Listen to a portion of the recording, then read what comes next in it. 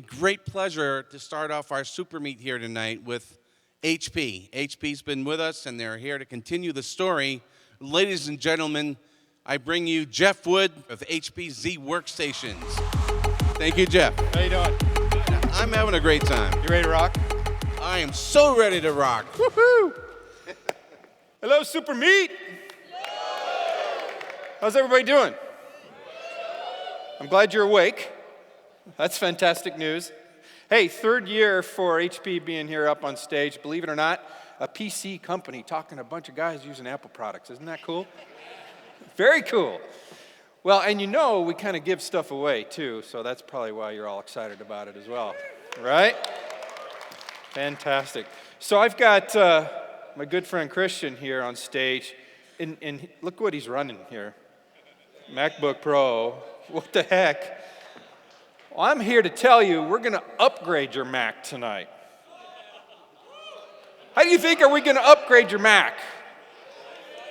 We're going to give you the performance of an HP Z workstation right behind this Mac. How about that? Rock on. Well, take a look. Let's see what we've got playing here on the Mac. You guys bring that up on the screen. You guys familiar with this? Looks like Premiere Pro, right? Running Apple. That's 4K timeline. It's not running so fast, is it? Kind of chunking away. It's okay, little Mac. It's all right. It's beautiful. So what I'm going to do is show you how we can connect this right to the performance of an HP Z workstation with an application we call remote graphics software. This is a solution that we've developed over the last decade at HP to help people collaborate in 3D in real time, connecting to hot rod performance of an HP Z workstation. So, Christian, why don't you click over to the Z workstation? Huh. That's pretty fast, huh? Seamless video. Yeah, you can clap. Full 4K, running in real time. Click back to the MacBook.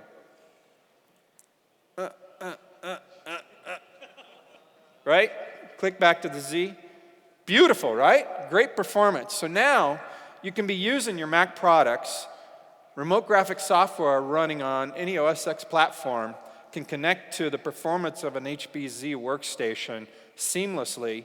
So now you can integrate Z workstations in your Mac environment, not only to do direct rendering, direct editing, whatever you need to do, but you can also connect it via your Mac product, okay? And I'm going to give this, rock on, right? I'm going to give this software to you guys for the low, low price of free. Right on. So this is in beta right now, but coming soon to a theater near you, we're going to have RGS for the Mac. The server software comes for free on our Z workstations. You can take the software, the RGS receiver software, run it for free on your Mac. Good price? All right. Thank you, Christian. And I hope nobody took a picture of him next to the Apple product. That's all right.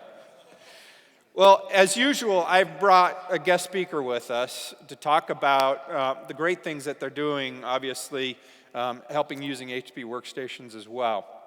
And if you bring the title page back up, Rob Legato, two-time Academy Award winner for VFX Supervisor role, he's going to talk to you about his latest work on the Disney Jungle Book movie. Right on?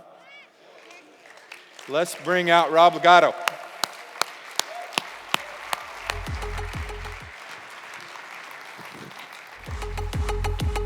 Right on. Thanks, Rob. Hey there.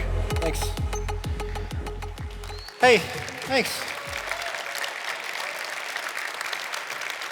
I've never had to give a talk in front of so many people who've been drinking before. And I guess you're well fed, so you're probably in a good mood. So I'm going to show you, I only have like 15 minutes to actually do this stuff, so I'm going to show you some couple clips from Jungle Book, and then I'll give you just a little brief overview on how we did it.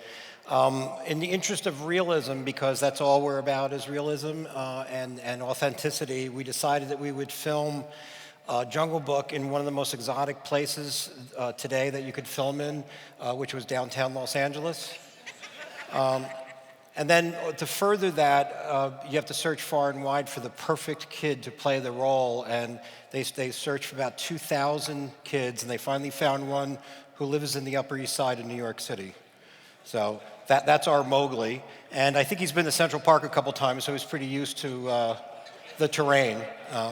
So anyway, let me play these clips, and then I'll give you just a little brief insight on the process of how we did it, which is essentially using the state-of-the-art that we have today. And to shamelessly plug HP and NVIDIA, they were crucial in producing the previs that I like to do. I like to do what's called virtual cinematography. I sort of coined the phrase when we did a little film called Avatar. You've never seen it, but trust me, it was pretty cool. And at any rate, what it allows you to do is to basically work in an analog way where you could pick up a camera, look through it, and in your virtual world see your screen and start making live action camera choices the way you would in a real live location. And that feeling, that vibe you get from picking up a camera, looking at it, seeing how the light works on it, and all that sort of stuff starts to create the illusion that it's a real filmed piece of material, even though it's totally created on a computer. So it's basically making an analog device that allows you to make these instantaneous choices and changes at will, and then you basically shoot it like a film. You shoot it with dailies instead of going from a storyboard frame and making a 5.6-second clip that you then edit together. You actually shoot the entire scene from every different angle you feel is appropriate to tell the story, and then all of a sudden it starts to feel like a movie because you're making editorial choices analog style, you're making camera choices analog style, you're changing lenses, you're doing all the various things. And then when you start adding the realism that you're starting to get with today's modern computers and able to compute this material in a ray traced way, which means that every beam of light is traced and bounced off of another object, and illuminating the scene just the way your eye sees it in real life every day. And some of those scenes were 40 hours a frame to actually render to get the realism that we were looking for. So you need a bucket load of computers to do it and a tremendous amount of computing power to actually make it look like you didn't use a computer at all. So let me play this scene. Do I have to announce something, or? You want to live in a jungle. You need a people to protect you. Mowgli, behind me. Man is forbidden!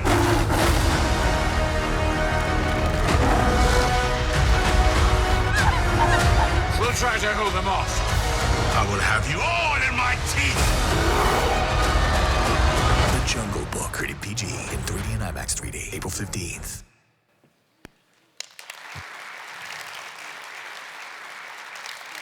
Yeah, keep going. This is John will introduce, this is Jon Favreau introducing kind of his thought patterns on how he wanted to make the movie and how we wanted to actually create this piece of entertainment. There you go. The original Jungle Book, Walt's last animated film, was something I grew up with. I have very vivid memories of images from the film. Whoa.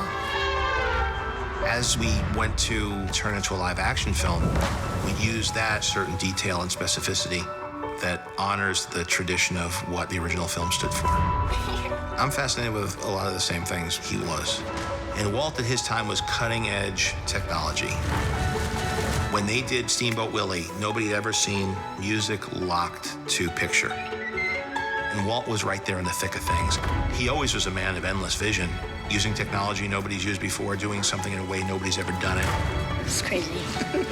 It's nice to be part of the cutting edge where you're working with people who are so good at what they do. You have a good story you're all telling together. Relax, kid. The good things happen. Rated PG.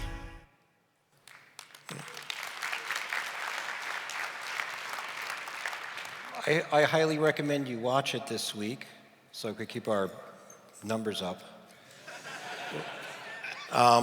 So in this particular film, the whole process that we wanted to do, again, was we start with the, we didn't use the storyboard phase that much, but we used it a little bit, and it helped John figure out what the story beats were and things like that. But we immediately put it on its feet, and we created this sort of previs scenario where we could pick up a camera, I could photograph any portion of the scene and start to feature how we were going to play it. We had a couple guys dressed up in the really kind of goofy vaudeville horse suits and things like that to portray the animals, but they were doing it through a motion capture. So what the boy is seeing and what we're seeing through our viewfinder is actually some of the animals behaving and being able to take direction directly from the director, from myself, from the DP, and all those things were kind of put together to start to make it feel like a real thing. And one of the things that John did, Favreau, that was pretty genius, is that this little boy literally had never acted before, and to keep him entertained, he got a bunch of Henson puppeteers to actually ad-lib with him during the take. So he would always have a fresh, different line to be read and start to give him a sense of life that we otherwise couldn't get. So we started with that entire process, and we basically shot the entire film in a motion capture way. So the boy was in a motion capture suit. We framed everything. We figured it all out. And then when we went to the stage, we just literally used the computer to blueprint out every shot in the movie that we wanted to use, and we had with great authority what the shot was because we already cut it together. And then he knew what the scene was about, and when we shot it, literally shot in downtown LA in 2 stages, all blue screen, very teeny little bits and pieces of set, whatever he was touching. And we would then, what we called simulcam, is take this previs material, this live action previs material, and place it behind the scene and have our Alexa 3D rig motivate the CG camera, and then the operator or myself or Bill Pope would look on a monitor and be able to see what the real jungle looks like, what the other animals in the scene were, and then place these puppeteers to catch his eye line and to make him act as naturally as possible. And we did this literally for every shot in the movie, and we shot it in a little under 90 days.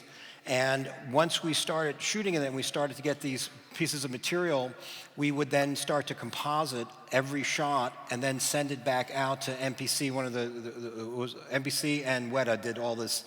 Quite frankly, when you see the movie, it's pretty spectacular photorealism work with all that stuff. And we were able to try to do what was done on Avatar in 5 years, in 2 years, because of this organizational system that we set up. And we were pretty diligent about following it, and we created as much flexibility in it, so if you saw anything that you liked or didn't like, you immediately would change it and keep on refining the film. And then we started to change the way movies are made. There's no longer a pre-production and a production and then a post-production and then the final delivery. Everything was done at the same time. I set up, for us, every time a shot came in, I had a live DI in our projection room off of a DaVinci, and I would take the 2K shots and bring them in, start color correcting them, giving notes to the compositors. You know, we want the sky a little brighter, this a little darker, these things to make it look more photoreal. Send it back to them immediately and then get the new shot. And we kept a DI going almost the entire time, which is basically what would have been production or the beginnings of post-production. So we were able to actually streamline this entire process and in essence alter the way movies are made these days. What we were excited about, or what I was excited about, is the fact that if you can achieve it, and you know, you could be the judge for yourself how photoreal looks, especially when you see the film. These are more like visual effects-y clips, but when you actually see the emotion and where he touches the other animals and there's quite an emotional tug to the film, and you start to believe it, you start to suspend disbelief because it looks like a real film, you absorb the story in a different way. It no longer has the stigma of an animated film, no longer has the stigma of CGI. And once you kind of get above and beyond that, the visual effects people and things like that are no longer technical people, they're filmmakers. They create it. Whatever you see on the screen, whatever you photographed, whatever it looks like is no different than any other conventional movie that was shot by a director of photography, that was art directed by a production designer, and all the way down the line. So it's now kind of, we're all making the movie together, and we're all the same talent pool. And in this particular case, I was blessed with the best talent pool I've ever worked with. I felt like Phil Jackson, and every one of my players was Michael Jordan, because they were all that good and all that talented, and we could really do some really nice things. And so in the future, there's, you know, like The Revenant, there's not like a soul who worked on that movie that's ever going to want to make a movie like that again, because of how difficult and arduous and crappy, and probably the food sucked and the it's cold. But you want to see those movies because those movies are exciting to see, putting in realistic locations that makes you feel like you're out there or what life was like back then. But now you can actually start to do it because before the stigma was, well, the only way to do it is to do it for real, and if you did it in this other way, it would look fake and be CG-ish and no one would like it. But if you can't see the difference, if you can't tell the difference between a shot that was what I would call now photographed on a computer, not just rendered on a computer, but now that is your film back. That is exactly the same thing as what you would look like if you shot it for real. There is no difference. There's no alteration between the two of them. You are now able to make any movie any way you like without it feeling like it's a larger-than-life, heightened reality that you can only get in an animated film. So it's trying to break that barrier and create kind of a new paradigm for making movies. And I think in my particular case, since I was able to work so closely with the visual effects people, they stopped being visual effects people and start being cameramen and art directors. And the animators became actors because they took the voices of our stars and they interpreted what that animal would feel like, what it would do, and how it would behave in a normal way. And so that transcends just being an animator. Now you're enacting the role. So it was incredibly exciting for me to want to do that and have the reception that we appear to be having and the success that the movie appears to be generating. So it's a very cool thing, and I do recommend you see it, and twice if you could do it. Bring your friends and family. And kind of see the process of kind of the new paradigm of movie making. Do I have time for questions and answers? Anything like that? Can we do that? Does anybody have a question? Yes, sir. What's the sort of thing that you would have changed? You know, you're talking about watching this, setting it up, just picking the camera up and having a go at it. What sort of thing came to your mind to change that you didn't like that first time? To change, I think the question is, what would I do differently, or what I would have done picking up the camera and changing it? I got a new idea when I picked up the camera. I reframed it, went, you know, it would be great if you walked from behind that tree over there, and in a blue void or a void that you can't see anything, those ideas don't come to you. You're not on fertile ground. And as a cameraman, and I studied cinematography, you can create a new sense of life just by how the camera moves, opposing the actor, with the actor, and you kind of need to do that. You need to kind of work through it. And on a computer, it's so precise. It's coordinate system. The camera goes exactly here. Well, I don't know that the camera goes exactly there. I think the camera goes somewhere here, and I will lock in on it when I see the way the light hits your face and who's behind you. And that stuff you don't get for free in a computer unless you do it this way, unless you create a analog input device. And we did the same thing with lighting too. Lighting is kind of an imprecise and precise thing at the same time. You set up the scene, and then you need to kind of move a lamp around and say, well, that looks pretty cool, that looks better, that looks a little more interesting. Let me add another one and hide the shadows in this and behind the tree here, and I could create a little more what I want to see. But the easiest way to do it is to grab something, and we'd grab basically a motion capture stick, anything with balls on it, and move it around, and all of a sudden you can, because that could power anything. It could power 100 horses, a light, the sun, a waterfall, could power anything, and in an analog way you start to paint your picture, and you'd be amazed how much your imagination starts to soar when you could see stuff in real time. Absolutely, it guided you to elevate the piece, not just from the storyboard stage, which is pretty sterile. Then you go to the next level, and you go, well, now that we got that, and then you could ad-lib some stuff. So maybe, you know, like we talked about with the puppeteer and the kid, if they did something a little funny, it's like, well, let's incorporate that, because that was very funny. He tripped, and then he made fun of him. So that's a piece of life that I never thought to put in, but yet it looks really good. And that's what happens in real movies. There's a chemistry between the other actors and the cameraman and the director. Stuff happens when you set up a nice scenario for life to occur. You take advantage of it. And a computer is devoid of that unless you put it in. And that was our task, is actually to put it in and make it feel like. And if you see the movie, they'll see like all of a sudden Buffalo Stampede will go by and it'll splatter the lens. It's like, well, there is no lens. But there would have been, if we filmed it like that, there would have been. So if we add that little piece in, it makes it disappear like, well, you're watching a movie, because what idiot would ever smear the lens if they didn't have to? We're the idiots who do that. So, is there any other questions? No? No more questions? Okay, good. All right, but yes, sir.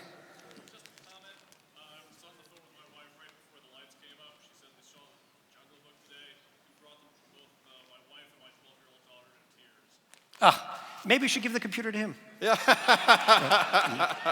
What's your Thank number? you. I appreciate that. Rob Legato, everybody. Fantastic. Thank you so much. Oh, really you're welcome. Appreciate that. Is this the raffle portion This of the is a program? raffle, really. You had to wade through my stupid speech to get to this. This There is you the fun go. part. HP Z840 high-end workstation and a 32-inch Academy Award-winning Dreamcolor display. How about that? I think it's about $15,000 computer. So Wow.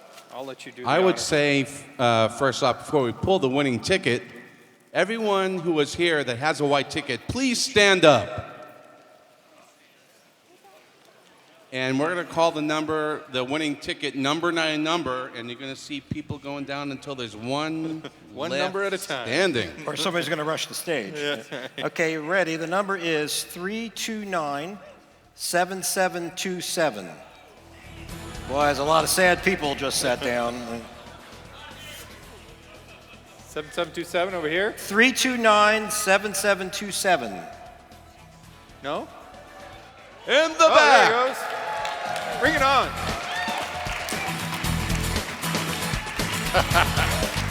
I'll give those back to you. Rock on, man. Woohoo! Good stuff. 727. 329-7727. Looks our like winner, we got my a friend. winner. Congratulations. Congratulations. Thank you. Good. All right, see these guys right here taking your picture? Yeah. You need to talk to them after the show. They're going to hook you up. All right, take care. Excellent. You're welcome. Thank you. Thank you, SuperMeet.